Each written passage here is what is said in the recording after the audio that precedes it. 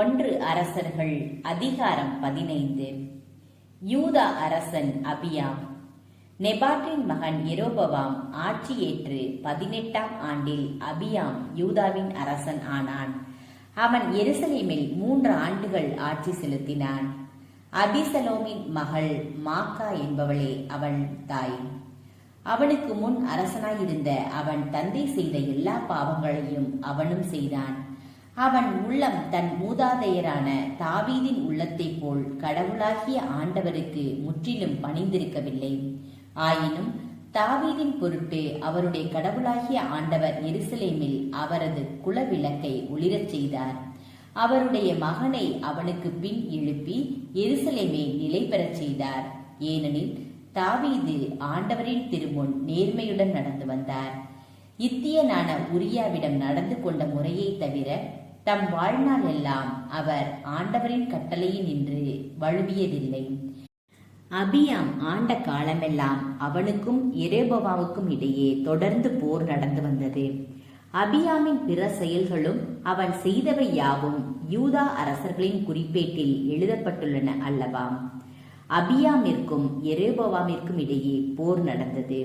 பிறகு அபியாம் தம் மூதாதையரோடு துயில் கொண்டு தாவீதின் நகரில் அடக்கம் செய்யப்பட்டான். அவனுக்கு பின் அவன் மகன் ஆசா அரசன் ஆனான். யூதா அரசன் ஆசா. இஸ்ரேலின் அரசன் யெரொபெயாம் ஆட்சியேற்ற 20ஆம் ஆண்டில் ஆசா யூதாவின் அரசன் ஆனான். அவன் 41 ஆண்டுகள் எருசலேமில் ஆட்சி செய்தான். அபிசலோமின் மகள் மாக்கா என்பவளே அவன் தாய். ஆசா தன் மூதாதை தாவீதை போல் ஆண்டவர் திருமுன் நேர்மையுடன் நடந்து வந்தான். அவன் விலை ஆடவர்களை நாட்டினின்று துரத்திவிட்டு தம் மூதாதையர் செய்து வைத்திருந்த சிறைகளை எல்லாம் அகற்றினான். மேலும் அவனுடைய தாய் மாக்கா அசேராவுக்கு அருவருப்பான உருவம் ஒன்றை செய்து வைத்திருந்தாள். எனவே அவன் அவளை அரச அன்னை பதவியிலிருந்து நீக்கிவிட்டு அவ்வுருவத்தை தகர்த்து கிதரோன் ஓடை அருகே சுட்டெரித்தான். ஆனால் தொழுகை மேடுகள் அப்படியே இருந்தன.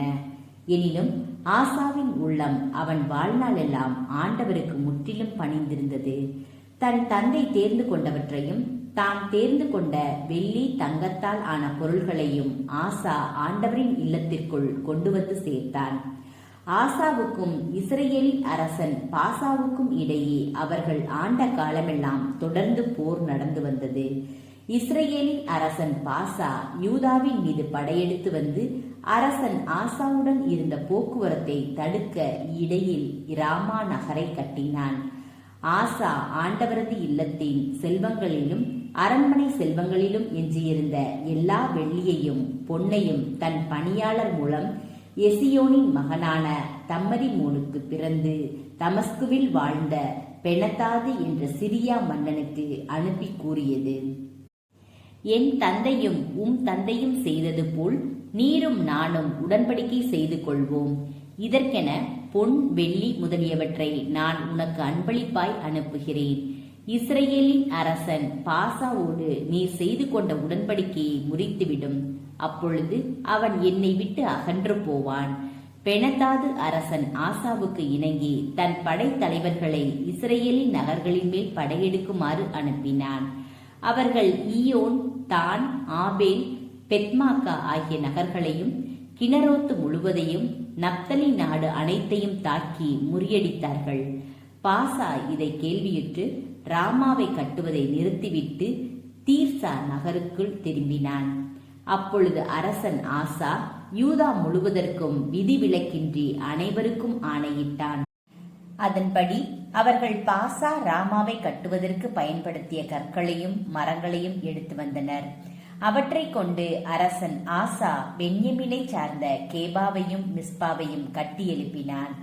ஆசாவின் பிற செயல்களும் அவனுடைய எல்லா வீர செயல்களும் அவன் செய்தவை யாவும் அவன் நகர்களை கட்டியதும் யூதா அரசர்களின் குறிப்பேட்டில் எழுதப்பட்டுள்ளன அல்லவாம். முதிய வயதில் அவன் கால்கள் நோய் கண்டன. ஆசா தன் மூதாதையரோடு துயில் கொண்டு தன் மூதாதை தாவீதின் நகரில் அடக்கம் செய்யப்பட்டான். அவனுக்கு பின் அவன் மகன் யோசபாத்து அரசன் ஆனான். இஸ்ரேல் அரசன் நாதாபு.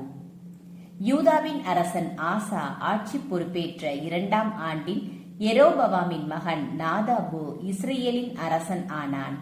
அவன் இஸ்ரேலின் மீது 7 ஆண்டுகள் ஆட்சி செலுத்தினான். அவன் ஆண்டவரின் பார்வையில் தீயதெனப்பட்டதை செய்து தன் தந்தையின் வழியிலேயே நடந்து அவனைப் போலவே இஸ்ரேலர் பாவம் செய்ய காரணமாயிருந்தான். இசக்கார் வீட்டைச் சார்ந்த அகியாவின் மகன் பாசா அவனுக்கு எதிராக சூழ்ச்சி செய்தான். நாதாவும் இஸ்ரேல் படை முழுவதும் பெலிஸ்தியருடைய கிபத்தோன் எனும் நகரை முற்றுகையிட்டிருக்கையில் பாசா அங்கே சென்று அவனை வெட்டி வீழ்த்தினான். இவ்வாறு யூதாவின் அரசன் ஆசா ஆட்சியேற்ற 3ஆம் ஆண்டில் பாசா நாதாபுவை கொன்றுவிட்டு அவனுக்கு பதிலாக அரசன் ஆனான். அவன் அரசன் ஆனவுடன் யெரொபெயாமின் குடும்பத்தினர் அனைவரையும் கொன்று போட்டான். சீலோவை சார்ந்த அகியா என்ற தம் ஊழியர் மூலம் ஆண்டவர் உரைத்த வாக்கின்படி யெரொபெயாமின் குடும்பத்தார் அனைவரையும் எந்த உயிரையும் விட்டு வைக்காமல் அடியோடு அழித்தான். இந்த அழிவுக்கு யெரொபெயாம் தானே பாவங்கள் செய்ததும் இஸ்ரேலர் பாவம் செய்ய காரணமாயிருந்ததும் இவற்றால் இஸ்ரேலின் கடவுளாகிய ஆண்டவருக்கு அவன் சினமூட்டியதுமே காரணம். நாதாபின் பிற செயல்களும் அவன் செய்தவை யாவும் இஸ்ரேல் அரசர்களின் குறிப்பேட்டில் எழுதப்பட்டுள்ளன அல்லவா? ஆசாவுக்கும் இஸ்ரேலின் அரசன் பாசாவுக்கும் இடையே அவர்கள் ஆண்ட காலமெல்லாம் தொடர்ந்து போர் நடந்து வந்தது. இஸ்ரேல் அரசன் பாசா. யூதாவின் அரசன் ஆசா ஆட்சியேற்ற 3ஆம் ஆண்டில் அகியாவின் மகன் பாசா இஸ்ரேல் முழுவதின் மீதும் தீர்சாவில் இருந்து கொண்டு 24 ஆண்டுகள் ஆட்சி செய்தான். அவனும் ஆண்டவரின் பார்வையில் தீயதெனப்பட்டதை செய்தான். யெரொபெயாமின் வழியிலேயே நடந்து அவனைப் போல் இஸ்ரேலர் பாவம் செய்ய காரணமாயிருந்தான்.